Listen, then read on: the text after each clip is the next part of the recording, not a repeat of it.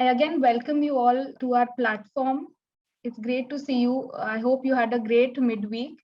And today we are here with our next event. The topic for today is interior estimation. I hope I'm audible to everybody. Okay, before getting into the topic, I would like to introduce you to the platform first, so you guys are aware. Can we move to the next slide? Archihive. So we are a platform for discovering building materials and a platform where you will get extensive information on construction applications. We offer an interface and we try to bridge the gap between the construction industry. Basically, we try to get architects, construction experts, everybody close to the vendors and vendors close to their targeted clients. So that is what we are. And before telling you ahead of the talk series that we do, you will all have a pop-up on your screen, and we request you all to please answer that so we have a little more information about you for the future events, and we can keep you in the loop. I hope you all have answered. Telling you about our talk series, like I previously mentioned, we do a lot of talk series. We talk about materials, we do many design talks, and this all recordings will be available on YouTube. Previously, we have done various events on, we have done events on mood boards. We have spoken about carpets, minimalism. We've covered interior lighting.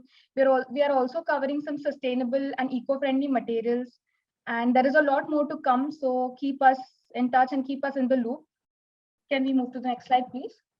Yes, the topic for today, interior estimation. And this is me, Samruddhi, host for today. And we have our keynote speaker, Anusha, with us. And our expert for today is very much in-house. He is the co-founder of Archihive as well as Palette Architects. And he's done across 180 projects across India and ranging from residential to commercial. He'll be there with us throughout the event, and he'll be answering all your questions, any doubts you have with this topic.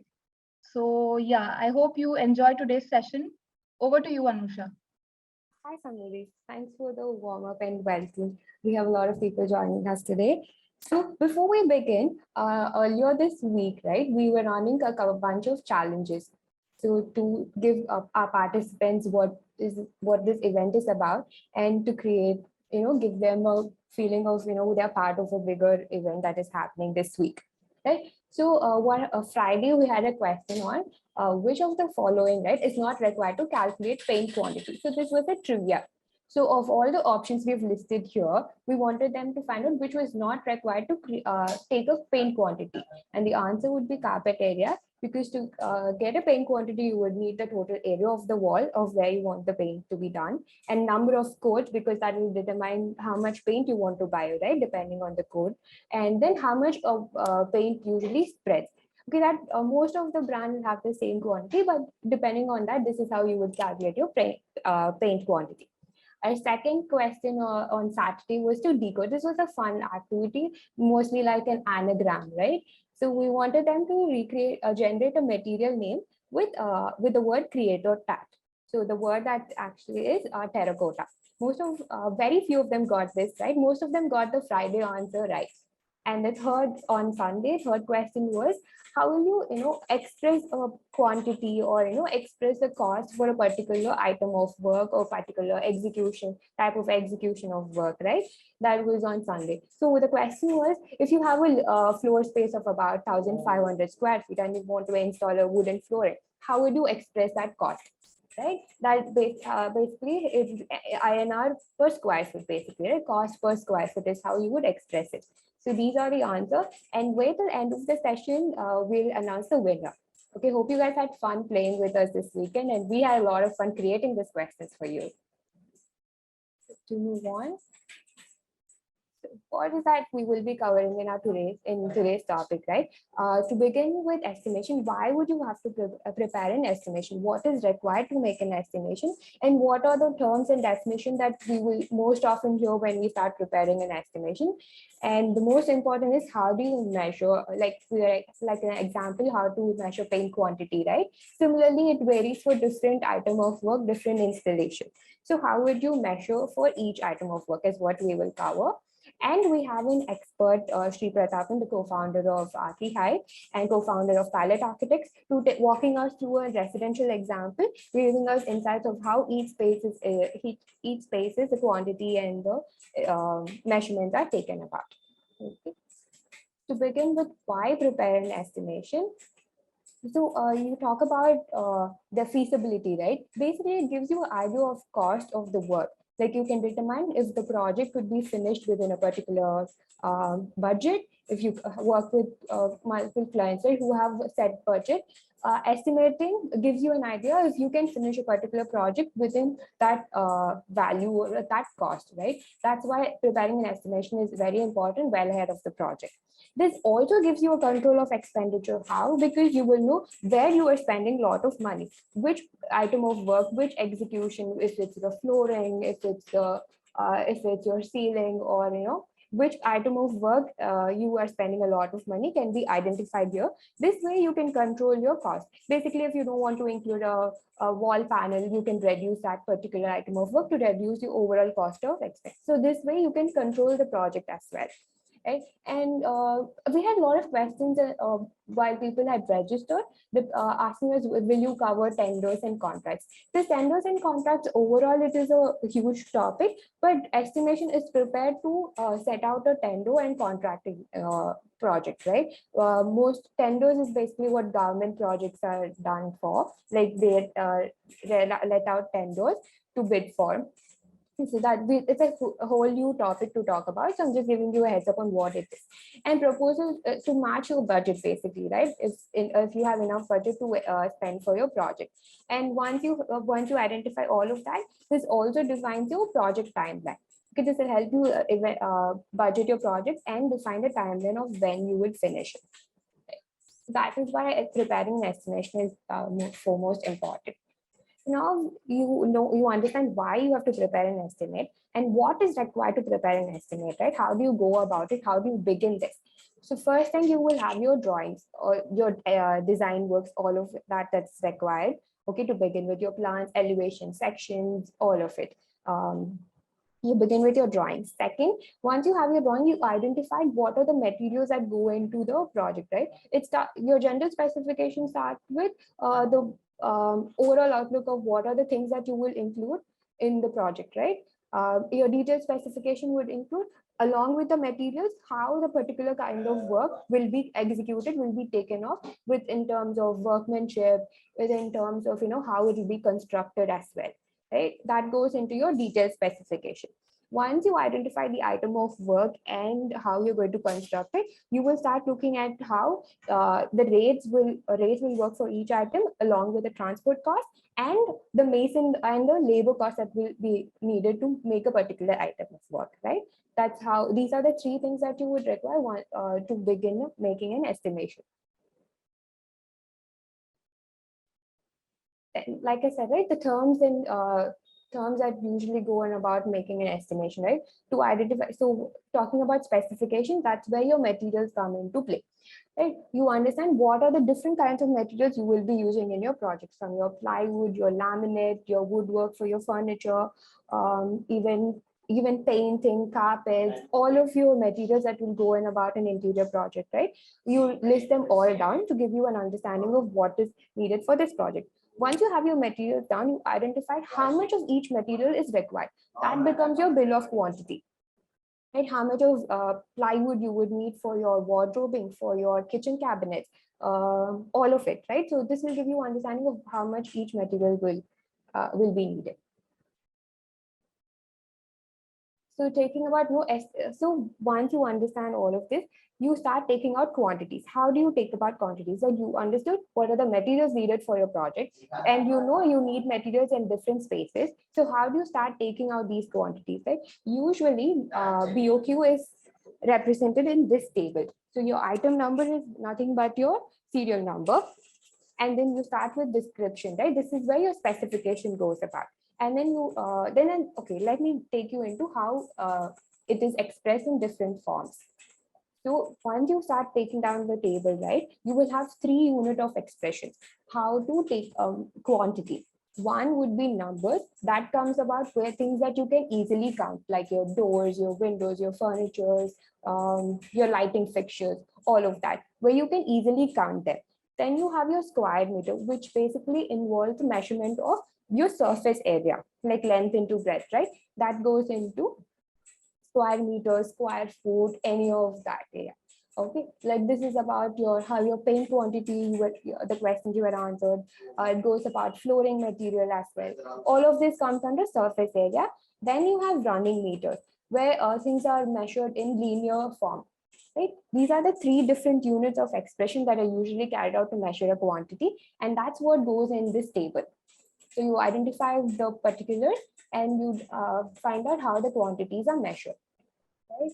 So you have these 3 units of expression. Now Shri will walk us through on how Shri will walk us through on how these will be measured in different ways. Right? Shri, over to you. Sorry to interrupt you, Yeah, Shri. thank you, Nisha. Just a minute. So just want to tell everybody that now since Shri will start with his part, if you guys have any doubts, please write it in the chat section. We will take up all the questions by the end of the session. Over to you, Shri. Yeah, okay. Thank you, Sam. Thank you, Anisha. So what I'm going to talk to you all about is more like basically on the interior side with my experience, right, of close to around 8 years and close to around 180 plus projects, right? So this is one way in which we could do estimation for interiors in specific to the residents. Okay, so now we have seen what are the different ways in which you can express the quantities and interiors, right? Most of the estimations, the quantities are actually measured in the surface, right? Like what we saw there, square meters or square foot, right? If you could estimate your interior components as per surface area, that's most feasible option for you to even put quote to your clients, right? So, but there are certain scenarios in which you cannot say per square foot or per square meter, and you need to go in numbers. Like example, what we see here, right? The main doors, the bathroom doors, and all of that. So it has also the area, right?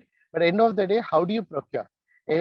How does an execution happen is what depends or defines your estimation, right? How do you get that material is how you need to put it in your bill of quantities so that a person could give you a rate for it, right? So in case of doors, even if you could measure the square, the surface area, but in the market, you will be buying doors of a specific size as per how many numbers you want. Okay.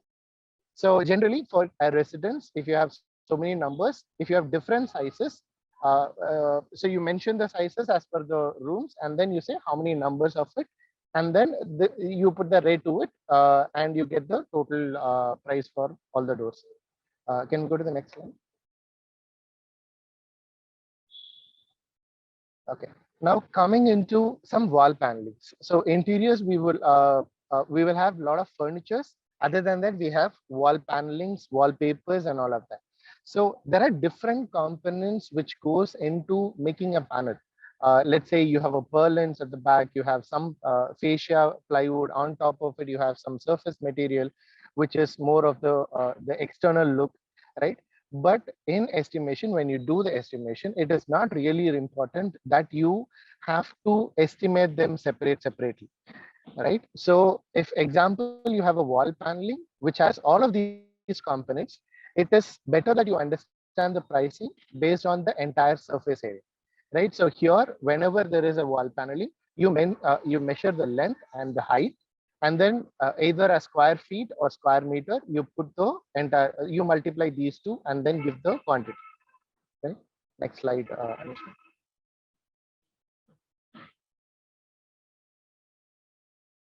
So coming to wardrobes, right? So we are just going into slide. I'll take you into a project after this slide and then explain you each component there. So before we get to it, one of the commonly made mistakes in interior industry is this. So basically the wardrobes, right? So wardrobes, how do you measure it? It's a unit, right? It has two things. You have a wardrobe at the bottom, the base unit, and then you have a loft in the top, right? So what you need to do is you need to measure only the surface area for getting the estimate for a wardrobe. But what is forgotten is the kind of details what we put into the wardrobe, right? So generally in the modular industry, you have certain specified versions of interiors for wardrobes.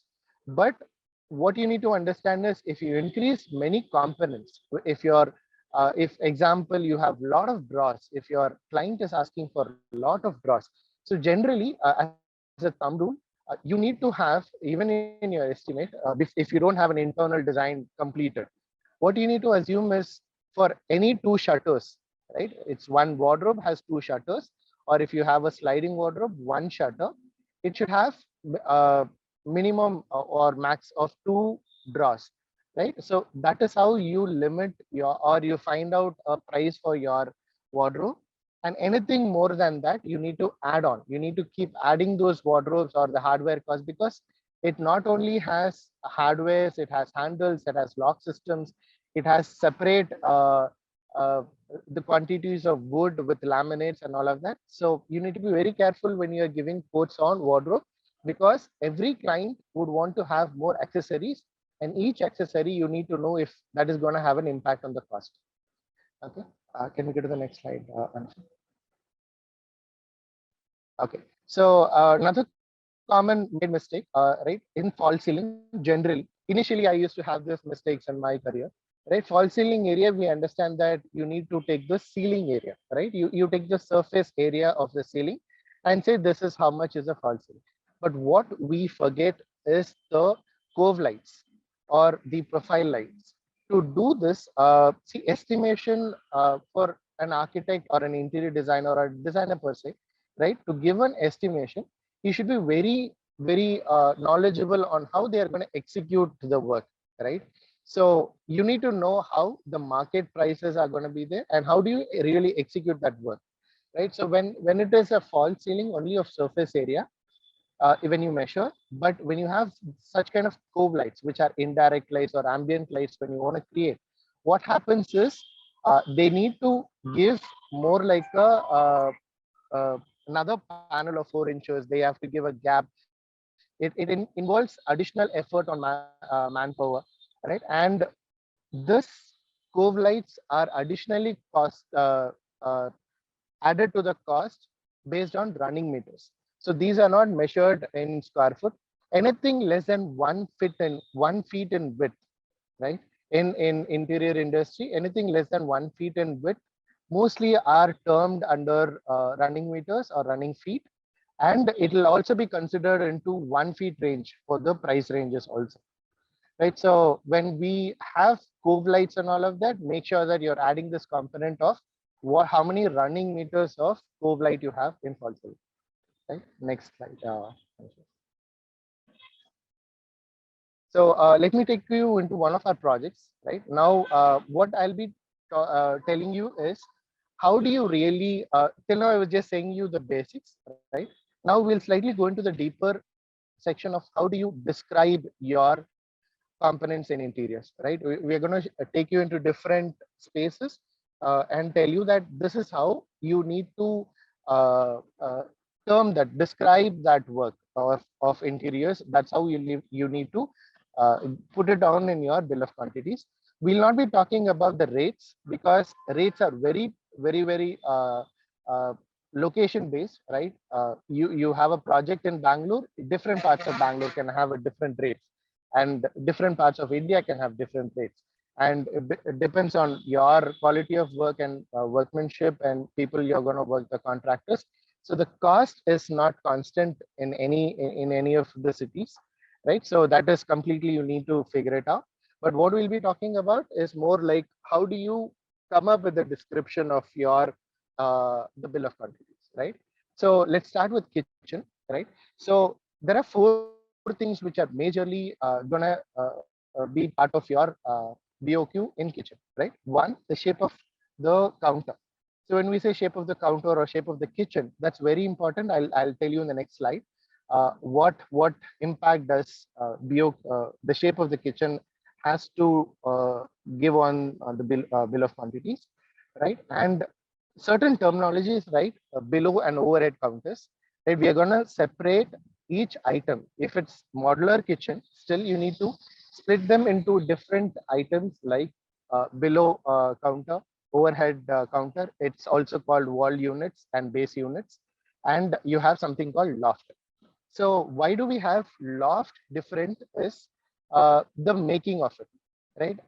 The base cabinet and wall cabinet has a box structure. The back box, which is called carcass, and you have something called the front fascia, which is the shutter. But in case of loft, you don't really have partitions in between. You don't have a back plate. Generally, you don't do it. And you only have the bottom and the side supports, and in between you'll have purlins which will support your hinges, and you will just have shutters. Okay, so why we are separating them? Because each of them have a different depth and the way in which they are getting installed. So prices of all of them will also be changing. And lastly, for kitchen, the main component is hardware. This is going to be like complete varied because what is a brand, what is the number of hardwares you're going to choose, and all of that depends on the client and your design. What is that you can accommodate. When you come into modular kitchen design, most of it stays within 1 feet, 300 mm, 450 mm, 600 mm, 900 mm, right? So most of your accessories will be in this range, right? What is that you choose depends from 1,000 rupees to 10,000 rupees also, a single hardware, right? So you need to be very careful when you are giving a quote on hardware. Can we go to the next slide? Right. Coming into the shapes of kitchen, right? The straight kitchen, it is very simple. The first one on the left, right? You have the entire length, right? So if you want to calculate the base unit, right? You want to have a base unit. What is you want to estimate that? What do you do is you take the length of that. If it is 5 meters, right? And then the height of the base unit, which is the below counter cabinets, it is 800 mm, so 0.8 mm. So you multiply length and the height of it, which gives you the surface area of the basement. And the same case in the parallel kitchen also. So you don't have literally a difference between them. You just add the top length and then the bottom length, and then you multiply it by the height of it. But when it gets trickier when it becomes L-shaped kitchen, right? What is trickier here is when you measure the front portion, the inner portion of the kitchen, right? So that is your length, and then that is length 1, and then in the top you have length 2. But what happens to the corner? So some people, what they do is they measure the outer side of the L shape, right? So then what happens is you're multiplying the same unit. That corner unit gets doubled when you take the addition of the outer dimension. So generally, as a practice, what you need to do whenever you have any corners, any L shapes, so always take the vertical lines as full measurements, and then the horizontal lines to be the inner measurements, right? So let us say if this L-shaped kitchen is there, you take the external length for the kitchen for the length part of it, and then when you want to add the horizontal part, take the internal dimension, right? So that way you don't have duplication of the corners.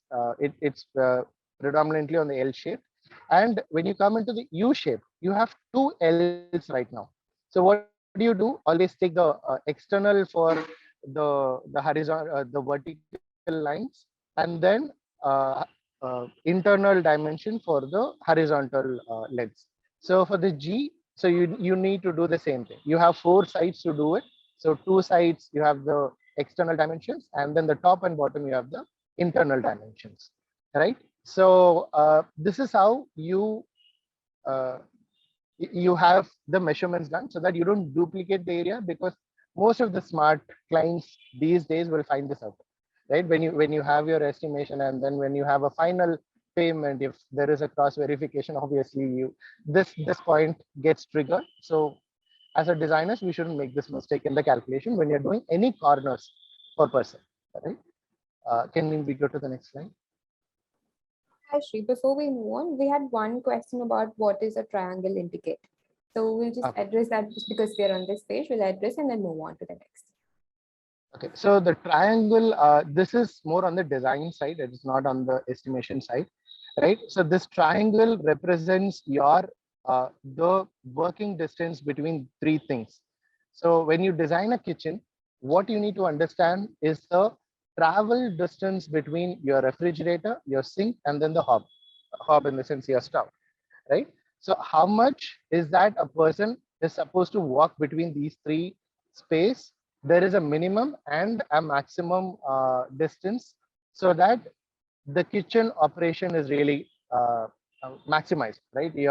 The experience of a user using a kitchen gets maximized, right? So probably we will have a separate session to tell you guys how to design a kitchen, right? We'll bring an expert who will teach, who will tell us how to design a kitchen, a modular kitchen, right?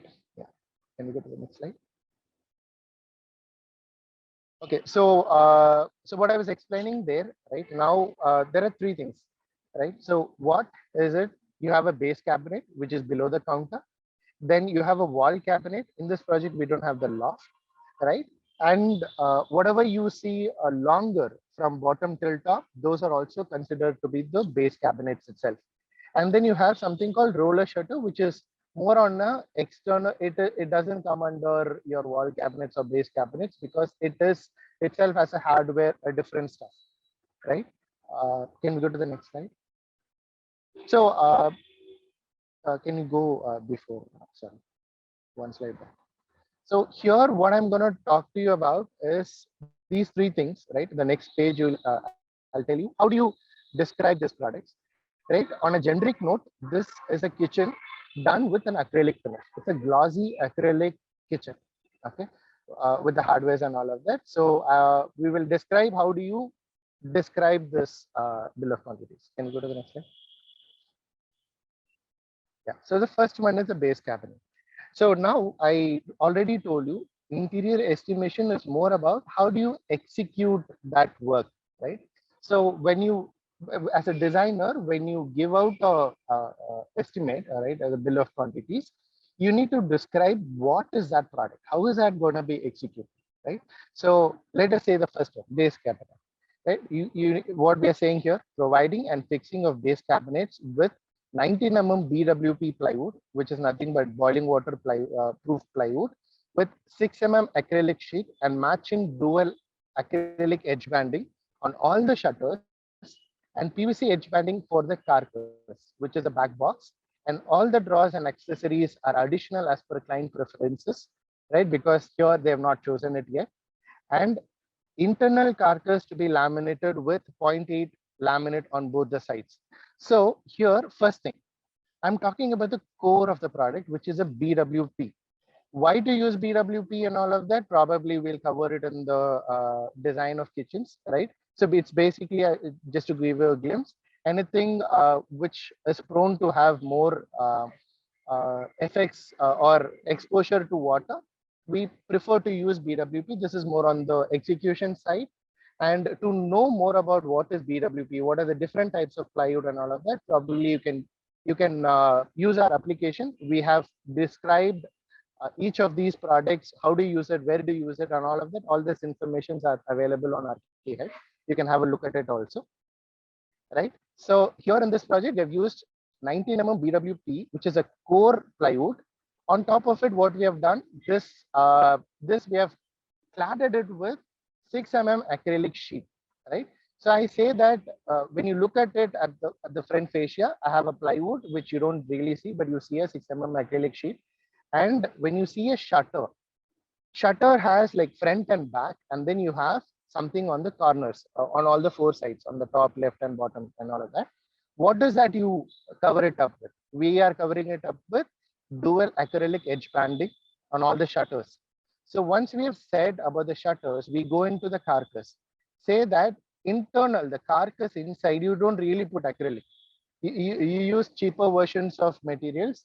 And there what we use PVC edge banding on the carcass. And we clearly say that the accessories, I'm only talking about the box structure, the box, what is there behind you, behind that cabinet, and what is there in front, the shutter, right? And I'm not talking about any of the hardwares in this quote.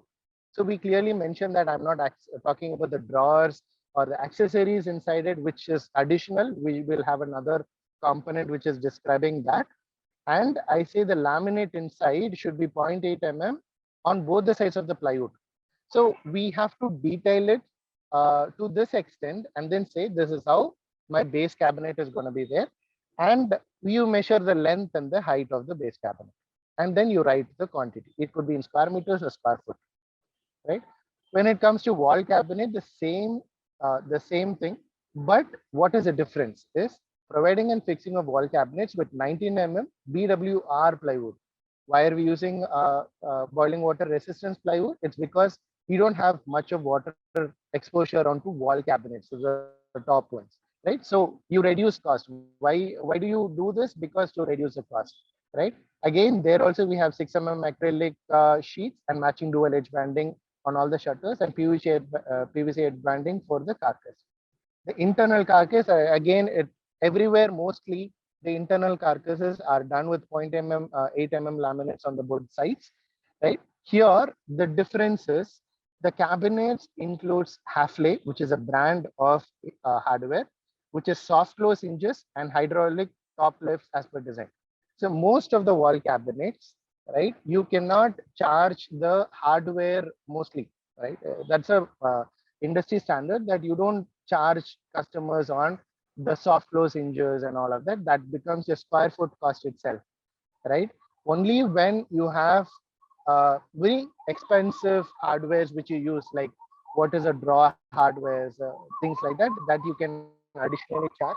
But when it comes to shutters, where you have all the hinges, which helps you open the door shutters and close the shutters, that will be part of the quote itself. So you include that into the cost and you add the length and breadth and put the quantity. Now, coming into roller shutters, right? This is a separate component itself. So to just give you a glimpse of it, this roller shutter starts from 20,000 to 50,000 rupees separate, right? So you cannot put it under any of these components. You need to say which is a brand and what is the finish of it that you use, that you are going to use. So these bill of quantities, you make certain designers, they execute by themselves. So when you want to give it to your client, you describe it so much that tomorrow there is no confusion between you and your client, saying that I wanted more drawers, I wanted this kind of a hardware, I wanted this kind of an accessory. No. So you make sure that you cover all this in your estimation, or you mention it in the estimation that you're not covering all of it, so that you are in the safe hands. And even if you're outsourcing your execution works to a contractor, this is what he expects, that you detail it like this and give it to him so that he will be in a better position to give you a quote, right? Can we go to the next slide?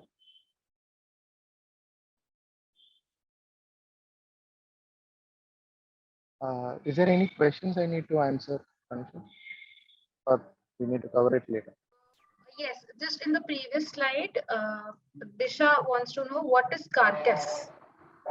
Okay, carcass is nothing but, okay, let us say there is a box. Okay, box has 6 spaces. Okay, so now this base cabinet has 6 spaces. Assume this is a cube here. Okay, so in the front, whatever you see, that's a shutter. And then behind you have all the 4 faces of a cube. That is called carcass. The back box is called carcass. Hope that is understood. So anywhere you take a wardrobe, you take a wall cabinet, you have a base cabinet, any small TV unit, anything you take, you have a back box, which is a 4-shaped, 4-sided box, which is called carcass. And then the front portion is called shutter. Any other questions? Yes, so one of our participants wants you to again explain the Hafele component that is counted in square meters. I think it was in the previous slide. Okay. So can you see the mouse over, which is showing you that roller shutter? Okay. So this roller shutter is nothing but you have a carcass, you have a box, and then you have something called in shops and all of that, you have some roller shutters, right? Which you pull down and then close. So this kind of a unit comes up in kitchen for keeping all the appliances, and you don't really have a shutter because the depth of this unit is going to be 2 feet, nearly 2 feet, right?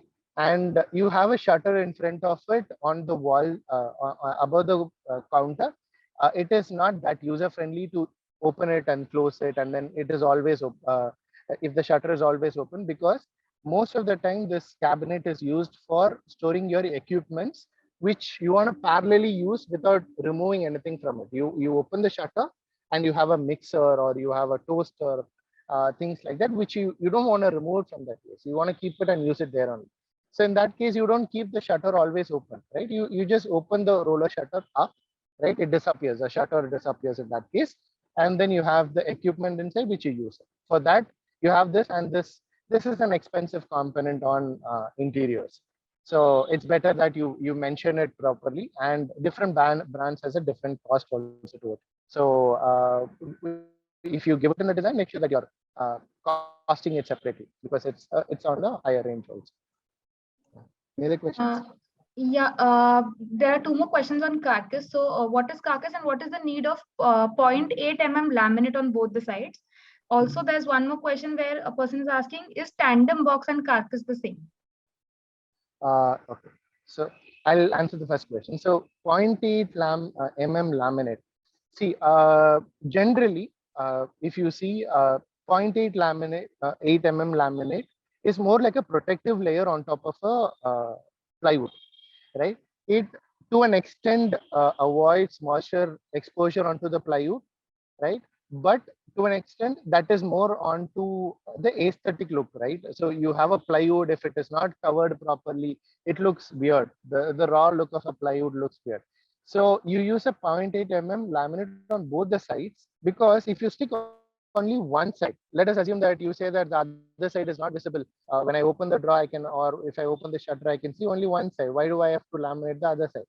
So this you do it on both the sides for the first reason, because it avoids moisture ingression into the plywood to an extent. Two, it doesn't allow the plywood to bend, because if you put a laminate on one side and you leave the other side, the plywood tends to warp. It's a nature of plywood, so it tends to bend and all of that. So it is a good practice to have laminate on both the sides.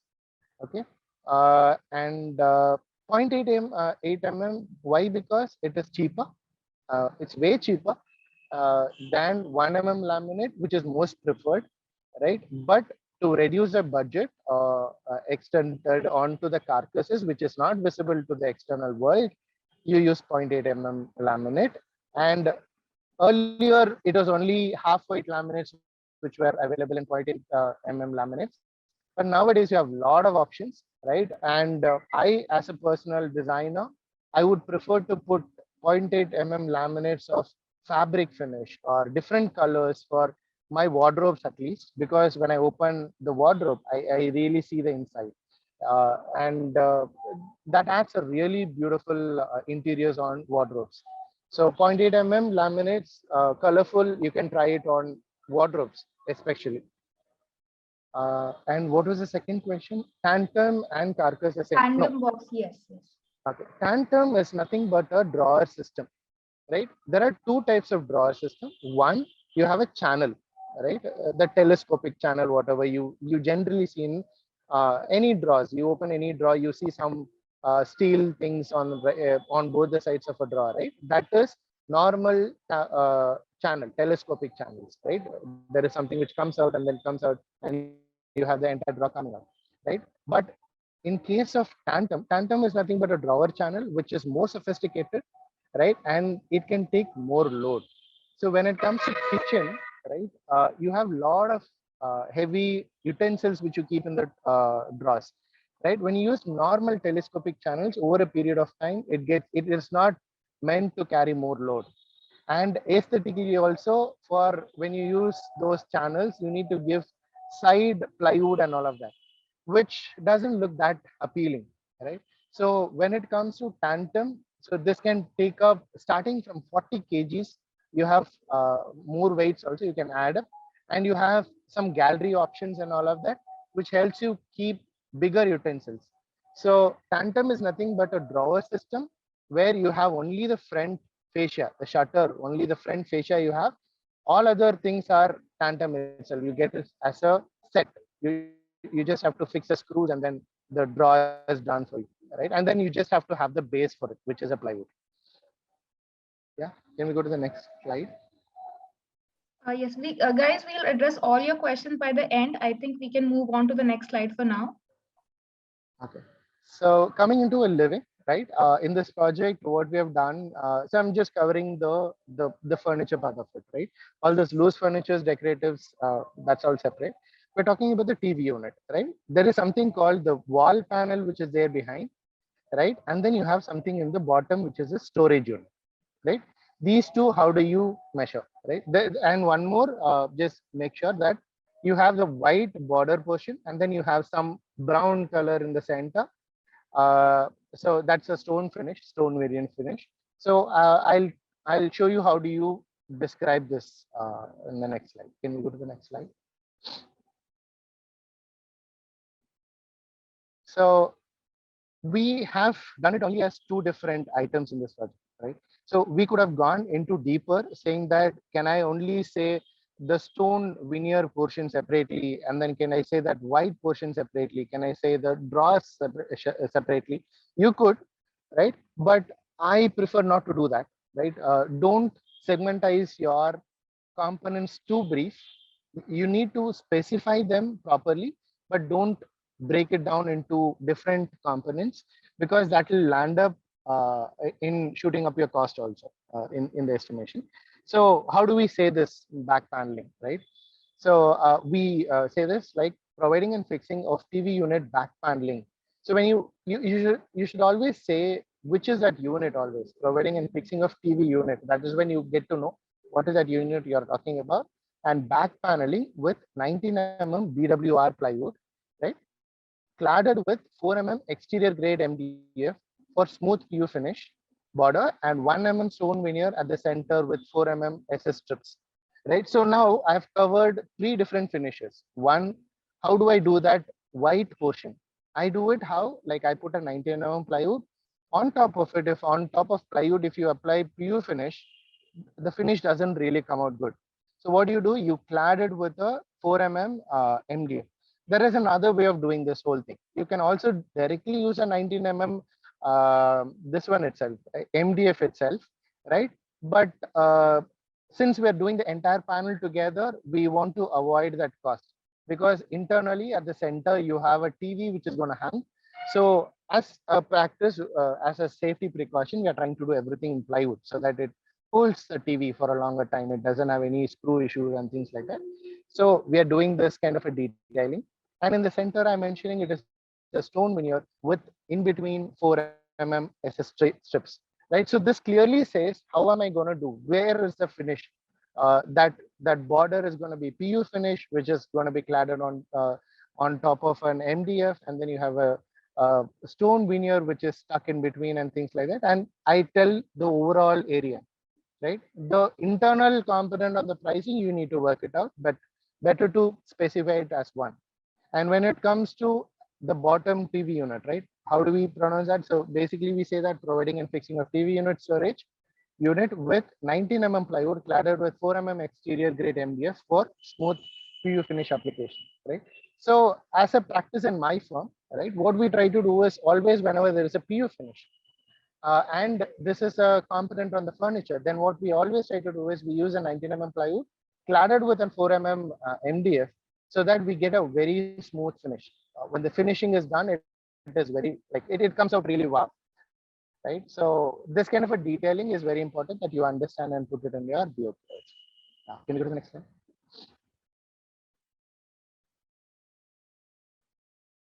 Okay, so this is a partition between the living and the dining, right?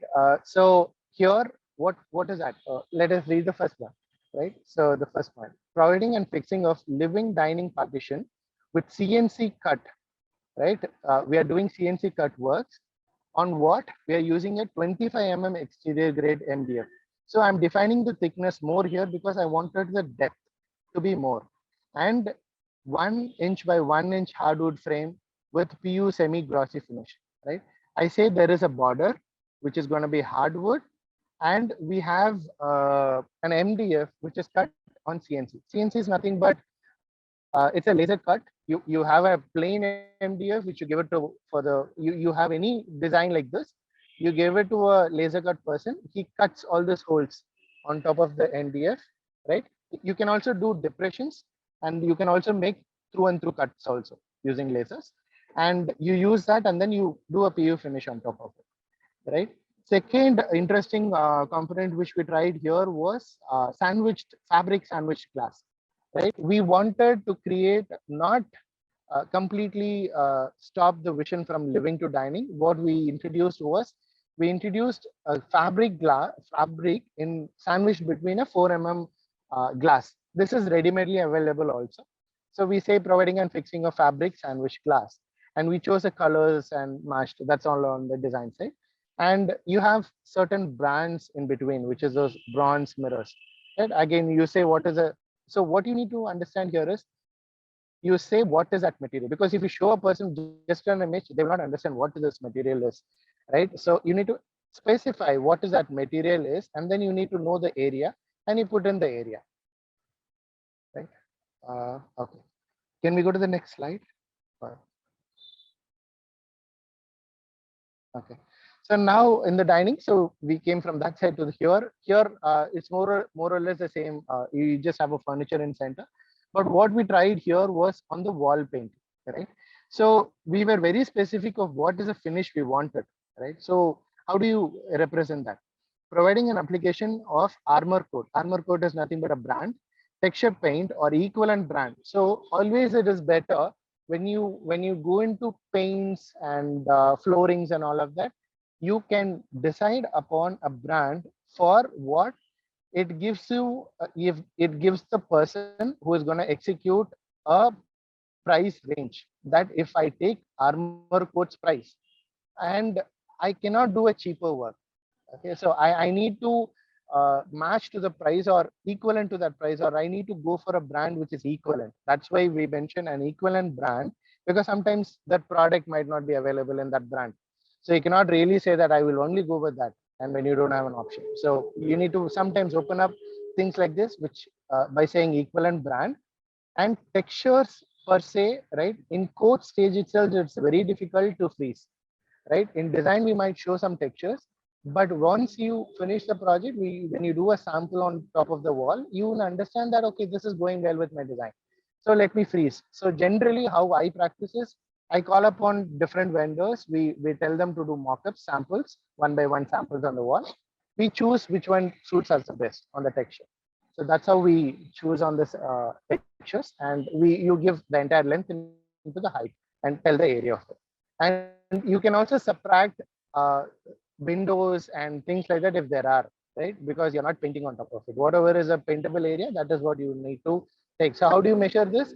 You take the entire length and then the height of the entire wall, and then you know all the window sizes. So reduce, minus all those window sizes. That becomes the area for this. Can we go to the next one?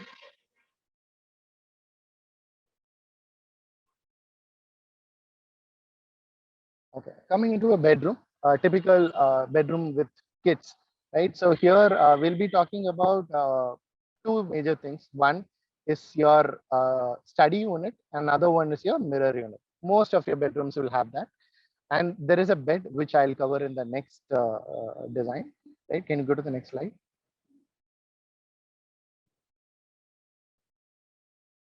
So this is what, so basically you can see, this is again a PU finish, right? The tip, can go back. So you have the table with the white color things are all PU finish, and you have the brown ones, those are all veneers, right? So all the shutters are all veneers in this place. And then you have a mirror unit again with the PU and veneer. This is the whole concept of furniture in this one. Can we go to the next slide? So here we are saying this. It's very simple in case of all of this, right? You say providing and fixing of study unit storage. So we mentioned the storage with 19 mm BWR plywood cladded with 4 mm exterior grade MDF for smooth PU finish, like how we said before. But here, what we are trying to do in the second point, if you see, providing and fixing of mirror unit with 19 mm BWR plywood cladded with 4 mm exterior grade MDF for smooth PU finish, and the storage shutters with 19 mm BWR plywood with veneer finish, right? So veneer doesn't come separately. Obviously, you need to put on top of a plywood, you need to stick the veneer. So you mentioned that separately, saying that the shutters are going to be veneer, and then the tables are all going to be MDF cladded with 4 mm MDF, sorry, plywood cladded with 4 mm MDF, right? And other than that, if you have any other component like a mirror and all of that, you can say what is that 6 mm silver mirror and all of that. So when it comes to study units and all of that, how do you measure, right? It doesn't really cover the entire space. So as a practice, this can be debatable also. But what we assume, right? Can you go back? So in this, if you see anything less than 1 feet, we consider them to be 1 feet. The front storage of it considered to be 1 feet. If you have an entire box that is separate area. So you mentioned the length and the breadth of the storage on the left, and then the table alone, you take the length and then the height to be 1 feet. Okay, this is one way of doing it, or else you can also measure the top of the table as a square foot, whichever suits your budget of how do you quantify your budget, you can take that approach. My firm takes it this way, that the front area, we assume this to be 1 feet because it's less than 1 feet, it's all 5 inches draws. So we take it as 1 feet and then we take the entire area. Right. Can we go to the next slide?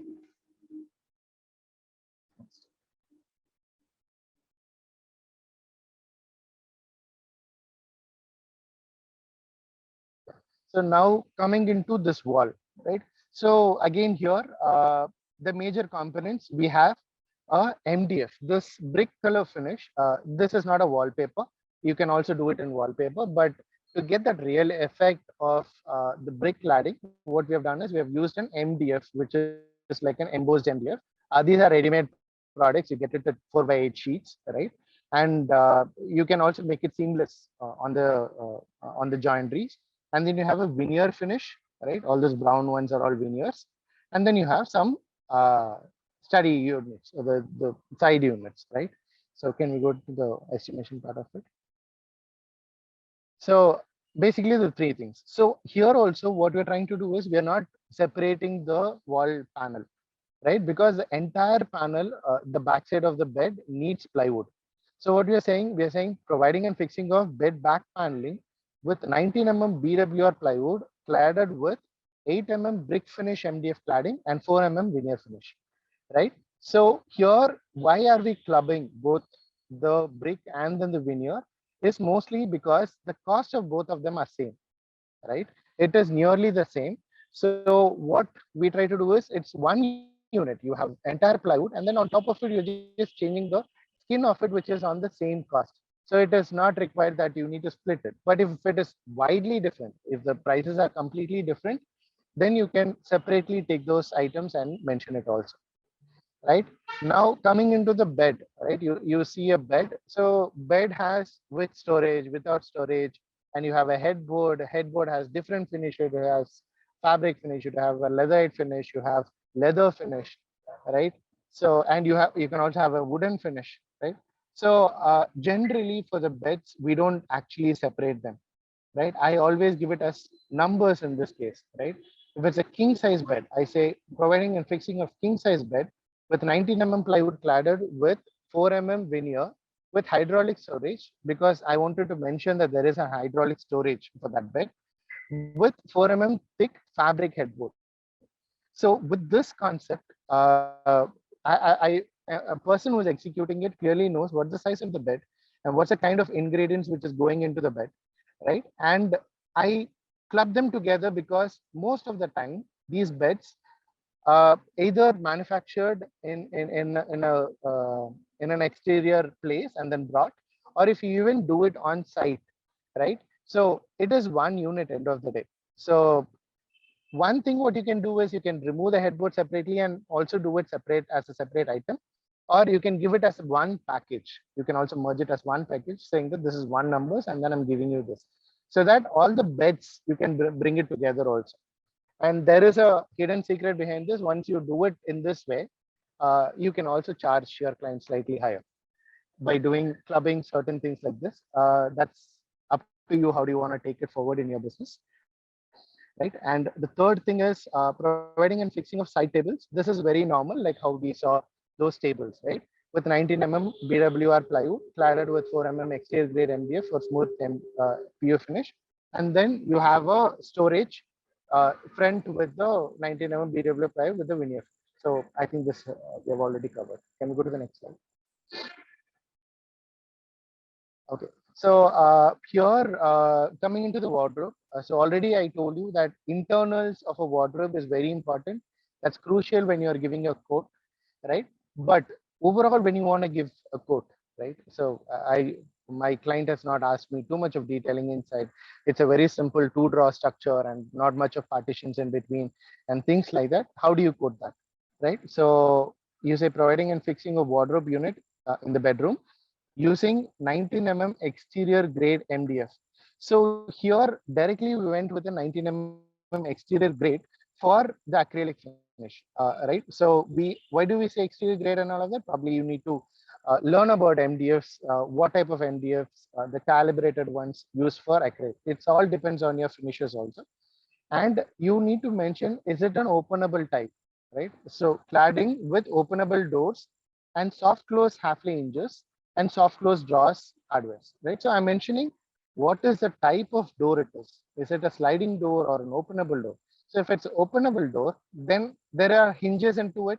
So as I already told you that you cannot separately charge anyone for hinges, right? So it's a mechanism to open it. So you say, what is the type of it? You have two types of hinges, soft close and then normal close. So you mentioned soft close halfway, which is a brand. And then you say that you even the hardwares inside are the drawers are all going to be soft close, which is very specific if a client is asking you for soft close, because this is also onto the cost. An impact is there between a normal hinge and a soft close hinge. Nowadays, most of the clients ask us for soft close hinges because you don't have that dum sound whenever you're closing your wardrobes, right? So here you measure the length of the length of the wardrobe and then the height of the wardrobe, and then you put the square feet. Yeah, can you go to the next slide? Okay, so this is very specific, right? So once you start, we have seen false ceiling and all of that, but when you really go into details, right? I think certain designers go on to toss when they're doing this baffle ceilings. Baffle ceilings, why we wanted to show in this presentation is that you don't have to really go on numbers here. I think certain mistakes we make doing is we try to do the numbers, but in actual the execution time, there are a lot of changes which will happen from your design to execution between the thickness was what you choose in the execution, right? So it is better always, most of the cases, if you go into the surface measurements, right? So let us say this baffle ceiling. How did we do it? So providing and fixing of aluminum baffle ceilings with wooden textured powder coating. So I'm just saying this looks like wood, but it's not wood, but it is an aluminum channels which are cladded or painted with a wooden powder coating finish, right? So I don't say the numbers or length and things like that in this case. I say this is the area because I get to have a liberty if I feel if it is too closer or if it's too wider, and I can still customize it based on the material which I get during my execution. So for such certain reasons like this, we prefer to go with square foot, and then we say the entire square foot of the ceiling area. Yeah, can we go to the next one? Okay, this is very, I think not many projects might have home theaters in the project itself, but it might, this is certain components in home theater are very critical or which we will not be able to quote at all initially, right? When it comes to the AV systems, right? It is completely dependent on the client's budget and how we are going to camouflage all the speakers and all of that. So this project has some peculiar stuff, but I'm going to only cover certain very common aspects, right? So these sofas here, right? Whenever these kind of movable things comes where you don't really fabricate them, you just get the spec of what it is, right? So this recliners, right? How do you mention it? So I know it is a leather finish, and it has a cup holder. It has like it has a movable controlled leg and back support. So I just mentioned whatever what was the specification of that recliner is, providing and fixing of leather finish recliners with cup holder, fully motorized controlled leg and back support. That's all is required. So if you want, you can also, if it's a branded product, you can mention what is the brand, and if you have a model number, you can also mention the model number and say how many numbers of them. That's all. So, and then for the carpet, so here again, carpets and all of that is very specific. Once you start executing it, you'll be having a lot of samples. So, but you set the standards there, saying that what is the thickness. If you want really comfy ones, so you should go for thicker ones. So you need to have like 20 mm satin finish. I want a very smooth finish, right? And it should be a tiled carpet. You have different types of carpets. Again, I think you can get in touch. You can refer Archive to see different types of carpets and learn about carpets if you want, right? So here we have used a tiled carpet, which is like thicker and it gives a very cushiony effect, right? And you measure the entire floor area. Even we have done it under uh, the sofas. So we took the entire floor area and then we have given that as a quantity, right? And then behind that the screen, right? There is a lot of things which has gone inside on the AV side. There are speakers, there are frames, there are cabinets inside.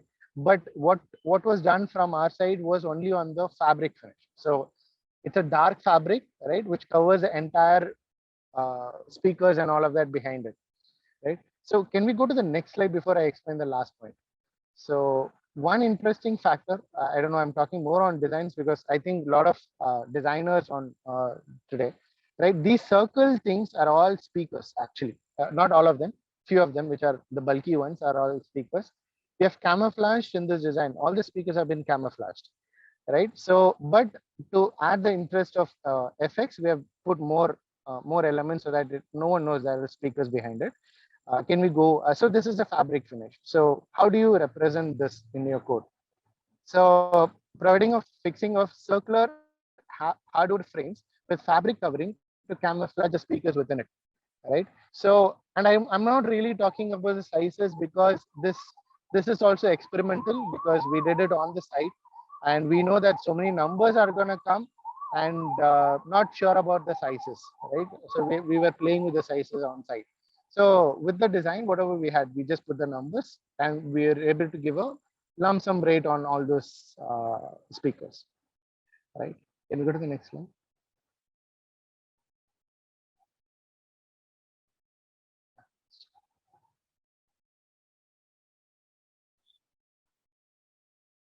Okay, so basically, that was about one of the projects. How do you really do the estimation? How do you really quote for your clients or give it to your contractors for getting their quote on the tender basis and all of that? How do you really term? So one baseline for doing a quote is that you need to understand what is the material you're using, what is the finishes you're trying to do on top of it, how well can you explain that, because that's how a person is going to understand what goes inside. Because with our design, people cannot really understand what it is. You need to mention whatever the material is. And as designers, we should know a lot about materials, right? So learn about materials, and whenever you're doing a quantification, try to describe them very clearly onto your estimation. The numbers are very easy. You always have to mention, take length and breadth and height. That's a maximum thing, or numbers or running feet and things like that. And then you put the quantities, and rates are completely based on the market standards. And then you can prepare a quote, right? And we will be also covering, as part of Archive, we'll be covering a lot more detailed estimations because I think this itself has taken a lot more time than the plan, right? So we'll be going into details. We'll be talking about more on modular kitchens, and even on the civil side also, right? We have seen interiors. We'll also have experts talking on the civil estimation, which is more critical. We might even break those into different episodes of how do you do steel alone, how do you do concrete alone, things like that, because each one has their own integrities and complications in estimation. And what we need to know as designers and as clients, how do you convince your clients and things like that. So stay tuned with us, and see you in the future sessions as well. Over to Anshu. Thank you, Shri. That was really insightful and there was a lot to learn for us. The whole session, that was great. Thank you so much. And we still have a lot of questions, but before we move on to the question, I think most of you had a sneak peek of what's in store in the next slide. We are going to take a break and talk about the winner of the weekend challenge. Okay, are you guys ready? I would like for you guys to get excited and drop in some comments of what do you guys think? You know who you are if you had participated over the weekend. Okay, there were 3 questions were asked over 3 days. Okay, moving on to announcing the winner. Just still trying to hype up and get your anxiety level up. And I hope she's there in the audience poll. Whoever the winner is.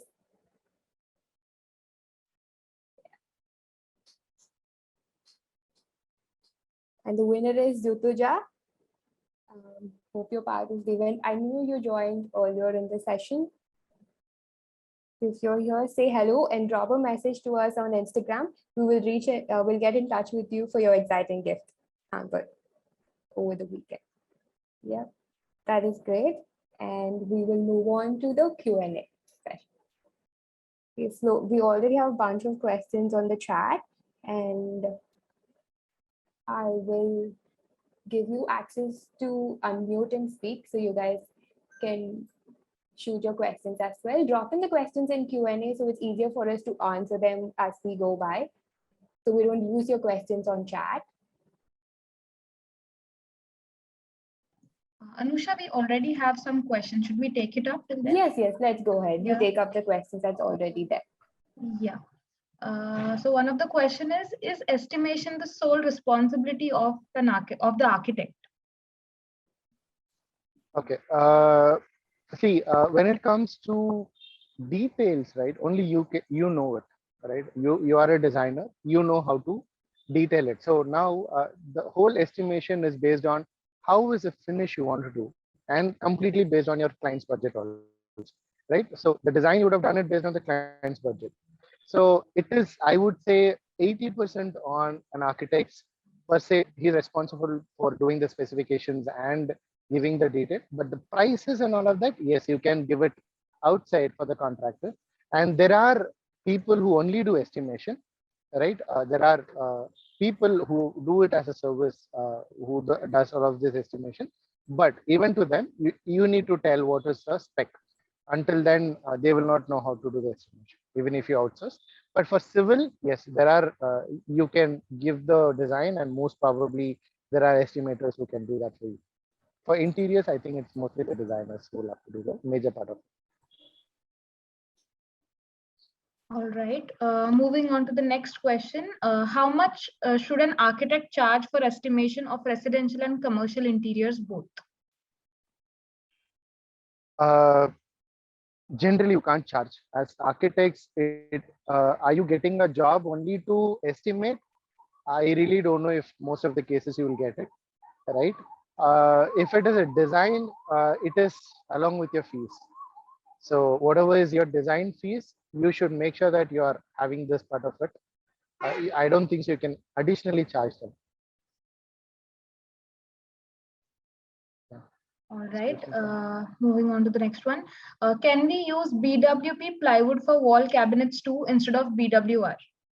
Yes, you can use if your client has a bigger wallet to spend, right? BWR is only to cut costs, right?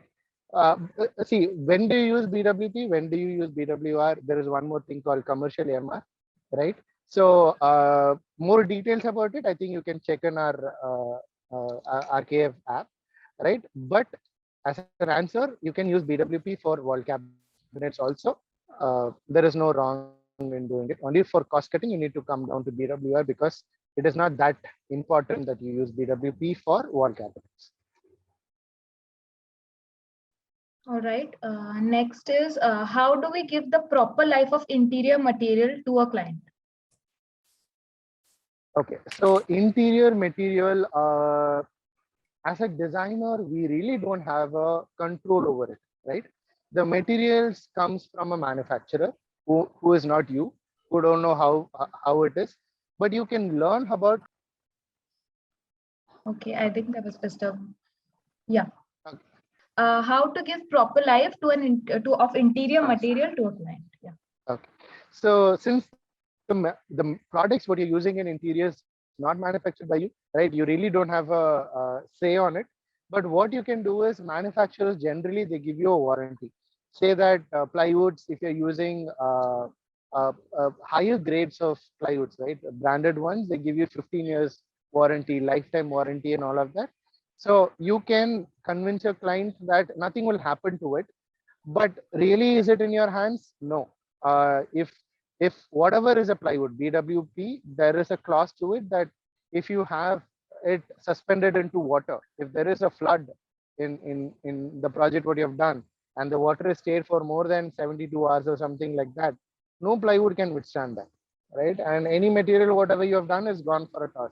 So people cannot say that it is boiling waterproof and why it did swell off, right?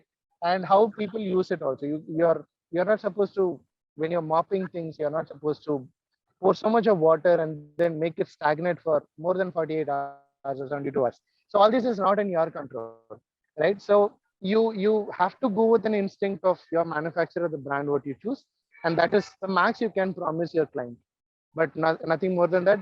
Mostly designers don't have a control over this. You have to depend on the manufacturer and how the client is maintaining it. All right. There's one more question. The half-flake component in the wall cabinet, why is it not counted when you are presenting it to the client? I think this is on a particular slide, but will you be able to answer that, or should I move to the next one for now? Can you tell me what is?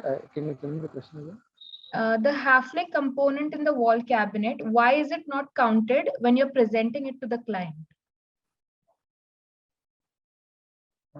Anushka, can we have that slide? Till then, I'll take the next question because there are two questions on the same line. Yeah. Yeah, I think that it is. This is the slide, Shri. Okay. I'll repeat the question for you. The half-flake component in the wall cabinet, why is it not counted when you're presenting it to the client? It is no. It is you are having the half-flake hinges in the wall cabinets. That's added. That is included in the count. It's counted, but as a number. Can you go there? Can you go there? Yeah. Go to the next slide, Anusha. Where is the number? The roller shutter. Okay, because if I'm assuming this question that why are you saying this as numbers in roller shutter?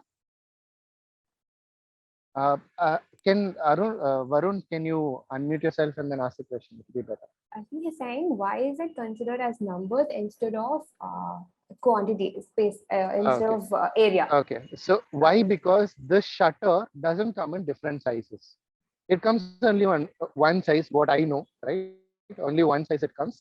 And the cost is as per number. So as I already mentioned, you need to go as per how you're getting a product, right? If you're getting a product not based on square foot, there is no point in you telling square foot, right? It's better that you say numbers and then say the one number of it, how much is the cost, because you're getting it as unit price, right? And you say the price and then quote the code. That is why it is in numbers. Can you go to the next question? Yeah. Okay, there's one more question related to carcass. In detailed drawing of carcass, there is a space provided between back panel and the wall. Do we need to provide that space? If yes, what should be, how much should be the space? Okay, so this space it is very minimal. You can have, okay, this is more on the design side on the kitchen, right? Probably we'll also be covering this in the next session. Yes. But I'll answer this. So here the gap, it is more likely to be around 10 to 15 mm, right? Why do we give that gap? Is because when a plywood touches the wall and the wall has any dampness, So that is going to spoil the plywood, and it is going to get that kind of a moist or fungus inside your cabinets. To avoid this, even if you're doing laminate on both the sides and you're using plywood, BWP plywood, still as a safer side, you try to give that gap between the wall and this, so that you don't have those fungus effects, at least only in kitchen. People do this so that you don't have that effects in kitchen.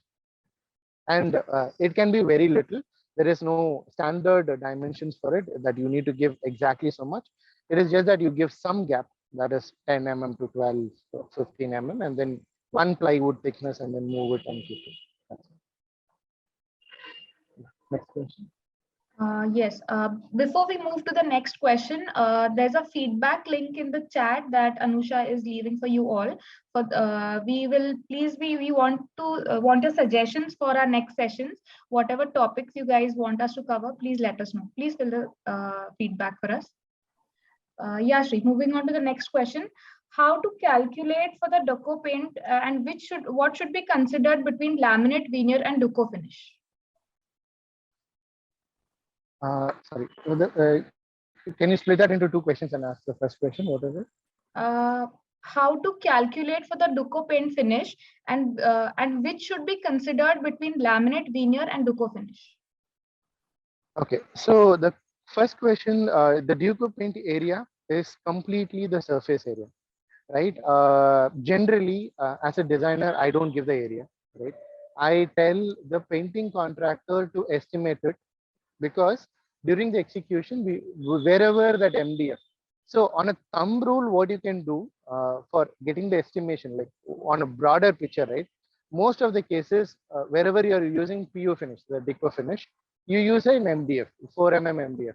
If you have ordered 100 sheets of it, so one sheet is 8 by 4, is 32 square foot, and 100 sheets is going to be 3,200 square foot. Even if you have wastages of 10%, you will be having close to around 3,000 square foot. This is the area of PU you mostly are going to get in a project. This is a way, a small a glimpse of how do you get a thumb rule of your PU finish. But actually, you can ask the contractor to give you itemized price. How they are going to do it? They're going to measure all of your furniture, what is the actual sizes and length and breadth, and then they're going to give you the surface area. Okay. And the second question, which is better, laminate, veneer, or PU? Completely depends on PU is the costliest, right? And nearly veneer also, because veneer is also you can have different costs to it, and PU and veneer on the premium side, right? And laminate is on the cheaper side, right? Laminates are more rough and tough material, right? It doesn't really get scratches, or it doesn't really fade out, or it is more like a rough and tough use material. But when it comes to PU, if you're using glossy finish, and you're putting it on top of a table, and you're going to use that table more often, you're more often to get more scratches on top of it. Same cases of veneer. Veneer, when you keep any hot items on top of it, you should be doubly clear, because it's going to get you a mark. If you have a veneer top table and you're going to keep a coffee mug on top of it, it's going to get a ring, right? So where do you use all this product? You should be very careful, and the budget also. Per se, laminate is the cheapest one, right? You get very cheaper laminates, and really wood looking laminates. But when you want the comfy feel, you want the soft feel, you want the edges to be very smooth and all of that, obviously you will get it in veneer and PU. Laminates cannot get you that very smooth finish, and the touch and feel of it is not that great. But look, feel, and all of that you can achieve to an extent. So you need to be very careful where you're using laminates, PU. If the budget doesn't concern, try to use maximum PU and veneer, but taking care of what can damage them also. Where you use it is very important. Yeah. All right. Next is, how can we estimate the cost of CNC Jali? CNC Jali, it is very simple, the square foot area. Whatever is a plywood you're going to give, right? And whatever the CNC area. So generally, if you're giving them, CNC is mostly like the number of plywoods you give. So if you give 4 plywoods of 8 by 4, so 32 into 4 is your CNC cost.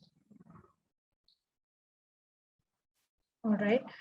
Next one is, okay, as a fresh freelancer, would it be better to go with a single contractor or individual ones for each work type for better safety on returns, considering the risk of mistakes?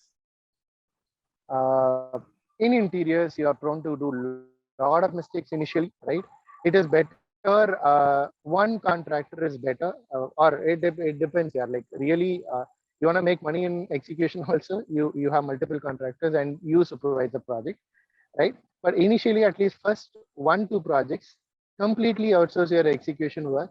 Don't, that's kind of an advice, that you don't really do a hands-on execution. You see how they do it, then you learn the integrities of how they do it, and then probably you can have multiple contractors working for you. Initially, I think the first freelancers, first few projects, try to stay away, because 100% you're going to make mistakes. Yeah. All right. Two of our participants wants to know how to calculate the length for G and island. Please, can you show it with the mouse? Okay, they want to know how to calculate the length for this island, G island. Okay, can I go to G-shaped kitchen?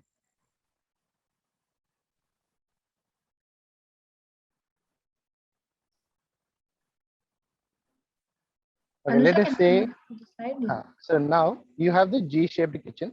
So there are like four sides. You have the counter, right? So now my way of executing this is, all the vertical portions you take the external dimension. So left you have one dimension fully, right? You leave the refrigerator, right? Refrigerator is not counted, only from the top till the bottom of the counter. And on the right hand side also you have one full length. So you measure the external length of that, right? You have these two lengths. Now come into the horizontal part. So now you take the internal dimension. So you take this dimension and the bottom one, the inner dimension, right? You add all these four lengths, and then the height is 800 mm, 820 mm. So you multiply that, you get the area of the base panel. Hope you're clear. Yes, I hope it is clear. Okay. Island is very simple. It is similar to parallel. You just measure the length of both the sides and add it up. So you don't have any corners. Only corners you need to have that. The concept is simple. How do you avoid duplication of corner additions? That's what you're trying to answer. That's all. Okay. Before moving on, reminding you all to please fill our feedback form so you can have more sessions. All right, next one, how to maximize profit using estimation. Is there a way to know beforehand, or does that come with experience? How to maximize is, you need to really understand. See, it will surely come out of practice, right? Once you start seeing your type of clients, right, what is your requirement? So the best way is always mention everything in the estimation. If you're not considering certain things, mention you're not considering certain things. Example, one point which I forgot is, in wardrobes, people really don't talk about the handles. No, actually you should mention that handles also. Handles should be mentioned as a separate item, because you can choose some handle which is smaller in shape, but most of my projects has very long handles, right? Those are really expensive. Sometimes we customize those handles and all of that, so for which you need to separately handle it, like you need to mention that. So to be on the safer side, try to cover maximum onto your estimation itself. Mention everything, that this is how I'm going to execute this. If you're not sure, of what hardware and things like that, mention it that it is not part of the hardware. You talk to your contractor, will you include all of this? What is not included? Always in estimation, what is best is always mention what is not included. Let it be any line item. If you have got a project, you have designed it. Example, people forget to mention electrical cost, plumbing cost, cleaning cost, right? End of the day, you need to have the whole house cleaned, right? Deep cleaning is very important, right? Initially, I never mentioned deep cleaning as a cost, but end of the day, we understood that there is a cost involved in it. So a 2 BHK, 3 BHK generally cost somewhere around 12,000 in Bangalore, right? You need to understand that you need to cost, who is going to clean that up for you? The painters will paint it. The carpenters will do the carpentry work. Who will clean it? Who will clean the whole floor? Who will clean each and every hinges, every channels, every internal drawers? Because everything is going to be dusty, right? So even certain things like this, you need to mention. If you don't know the cost, mention it as not included in the code. That's the best way of doing it. And probably after a few projects, you will know that, okay, I missed this. Probably next time you don't miss that item. That's all. All right. We have a few more questions. Yeah. How can we estimate for labor intensive works? They've given the participant has given an example that, for example, in experimental designs like IPS flooring with inlays, for this, how can we estimate? Okay, so certain things goes beyond the quantification, right? So what you need to do is you need to do a reverse calculation in this cases, right? So you need to think how many days, how many labors, and how much of material is gonna take for this project, for that item, right? So once you know how many labors, how many days, sorry for the background noise, how many days, how many labors, and how much of material, it can be repetitive also. And keep, when it comes to very customized work at site, keep more buffer in those cases, because obviously you're going to eat up on all your buffers for sure, but you cannot be exorbitant also. You should know how it is going to be there. Probably you talk to the guy who's going to execute it, show him the design, this is what we're going to do it. Let him give you a quote. Say that this much is my quote. This is what I'm going to ask you. You ask him separately also, what is the material, how much time it's going to take. All this information you get. Then you keep close around 30 to 40% on top of that number what you get, and then give it to a client. And most probably you'll consume it also. If your experiment goes wrong in a different direction, you'll have to bear the cost also. So make sure that you're keeping those, and make sure you are keeping the labor also liable if for the mistakes, right? So he might not understand things or things like that. So it is always better you close upon a quote. Don't keep an open-ended quotes. Always say that this is your final price. This is your final price. You are supposed to finish it within this price, and then keep a buffer so that you're safe. If someone breaks that rule, you can still say that I can only give you so much more because I've already agreed for a price for you. So whatever you are getting from a client, try to put it on your contractor also, so that everyone are on the same page and you're on a safer side. Yeah. Next question. Yes, the next is what percentage should we consider for electrification and for wastage? Wastage, the industry standards for each thing is different, right? If it's something mass and it doesn't have more of customization, generally it is like 5 to 10%, right? But certain customization requires you to go for 20% wastage also. So it depends on what kind of design you're doing. So generally wastage is 10% on a thumb rule, right? And what was the other question? So wastage and Electrification.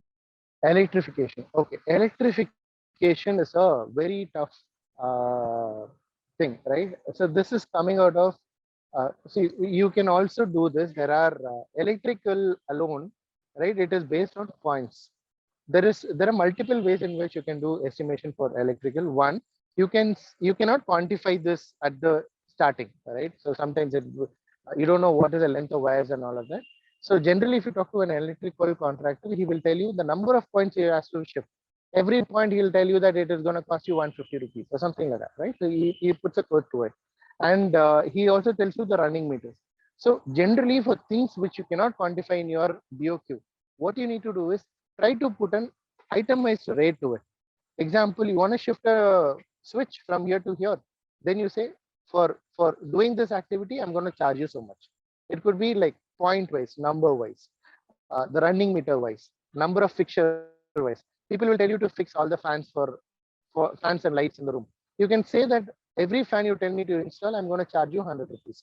Every light I'm going to charge, you want me to fix, I'm going to charge you 50 rupees.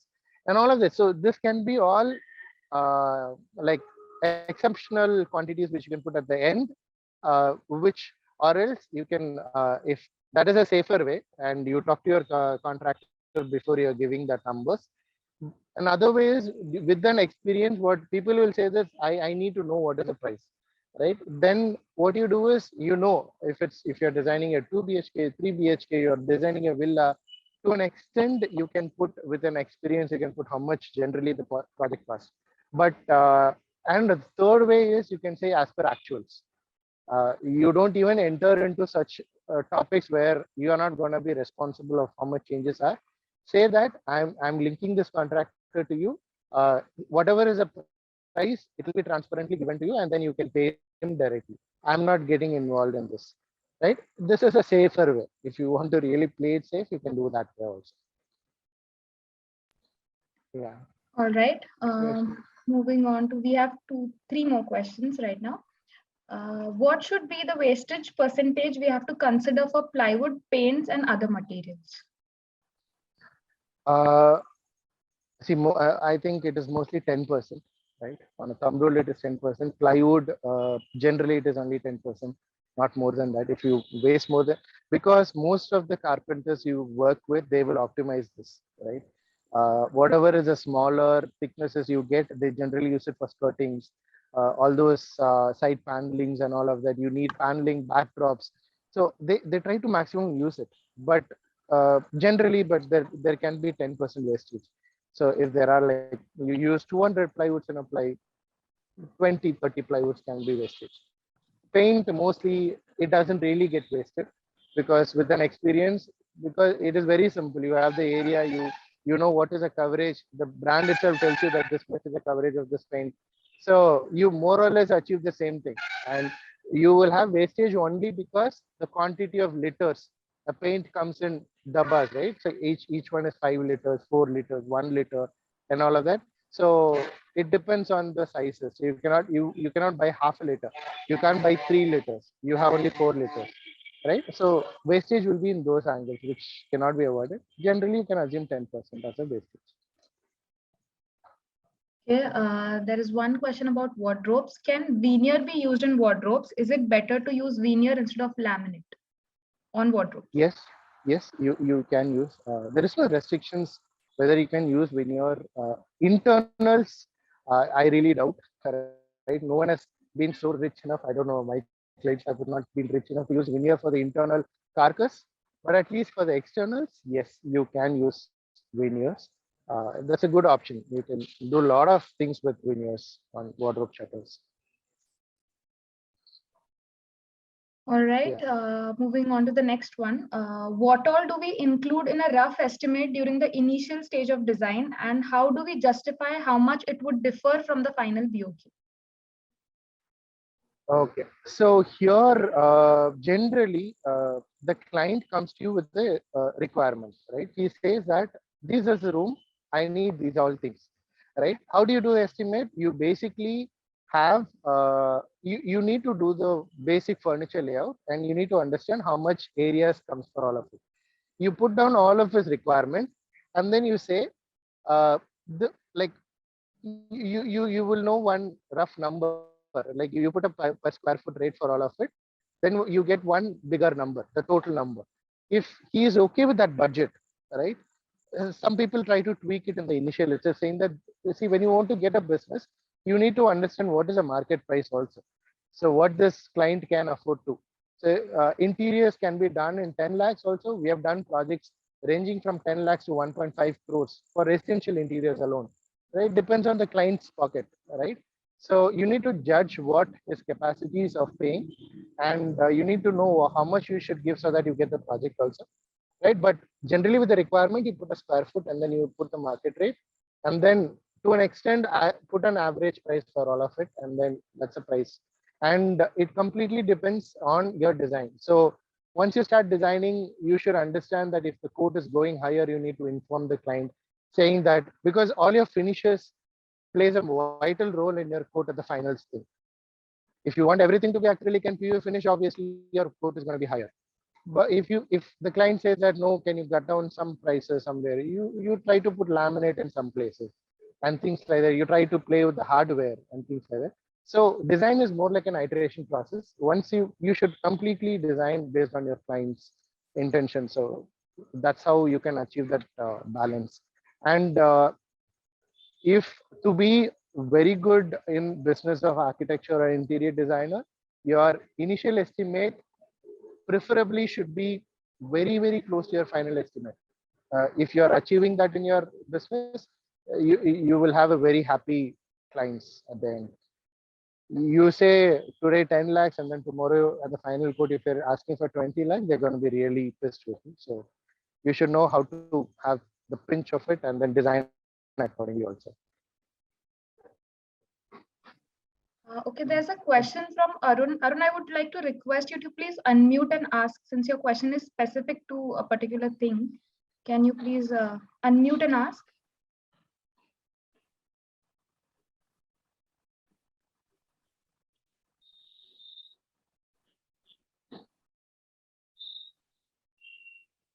Arun, can you hear me?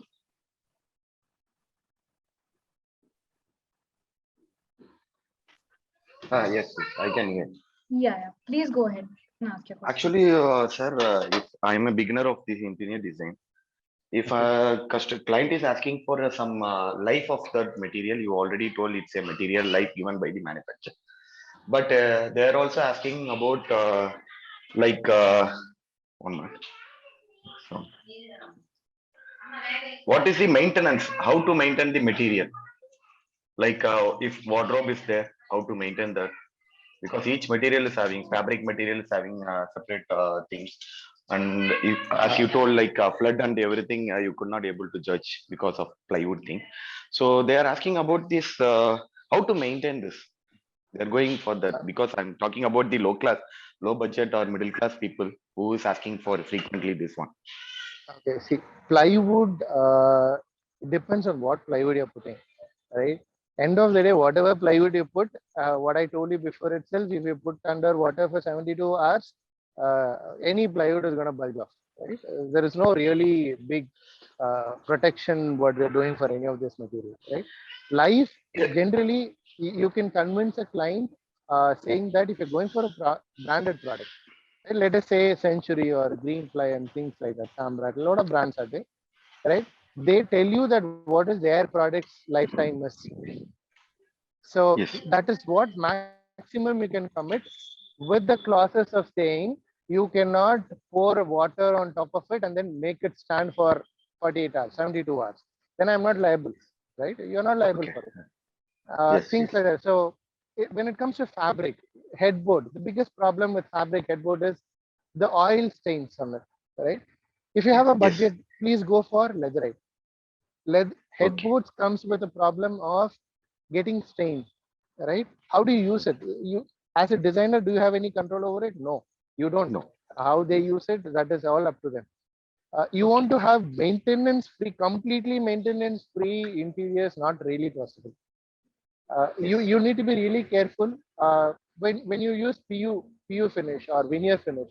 Like I was already told you, scratches, getting that heat marks. If you pour, like, sometimes you have PU finishes on kitchen counters, right? And then people pour Yes. hot oil with turmeric. 100% nothing can Yes. be done to it. That's all. That's stained. Okay, so for Yeah. that only you have granite and things like that, which is more solid. So for clients like that, who's very like, I think in tier 2 cities and tier 3 cities, clients are very concerned that they want their interiors to live more than they can live, right?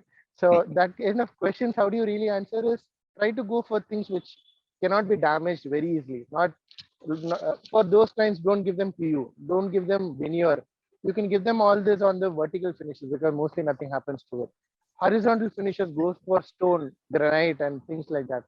So obviously nothing happens to all of them, mostly, right? So Yes. it depends on how they use it, and water is the worst thing in interiors for us. So you should caution them that water has to be properly managed. If Okay. done like that, it is best. Their interiors will come more than what it's been promised by the brands also. Make sure that, Yeah, see, sure. generally my advice, don't give your warranties. Say that the brand is giving you this warranty, right? And Okay. Obviously, that is what you can give. Can you give a warranty on what you're creating? No, because you're not having that material in your control. Yep, correct. Right, sir. Thank you. Thank you so much. All right, I think we've covered all the questions. It was indeed a very informative session. If there are any more questions, guys, you can, mail us also. We'll give you our details. You can mail us and we will address it even later on. So yeah, I hope all of you had a great time. All of you have a lot of information regarding estimation, and keep following us. I hope you all have filled up feedback, reminding you of the same again. Shri, do you want to address the participants before we leave? Thanks for everyone for joining. I think a lot of questions. It was really nice answering all of them, sharing my experience with you guys. Right, everything is from my perspective of what I faced as a designer. That's what I've been telling you. I hope you guys don't make the mistakes which I made, and so it is good to see you all of you in great colors and architecture, and or in interior design, and be a great designers and have a great business ahead for this. Thanks for participating with us, and do connect with us often. Right, you can download Archive app. We have a lot of materials uploaded there. You can read about it. We are giving a lot of information there. That's the whole point of Archive application also. And stay tuned with us for all these events. You will be learning a lot from us because we are going to have always an expert talking to you and clarifying such things, such doubts, whatever you have. Yeah, thanks everyone for joining us. You have our email ID and our Instagram handle. Please follow us there. Thank you, guys.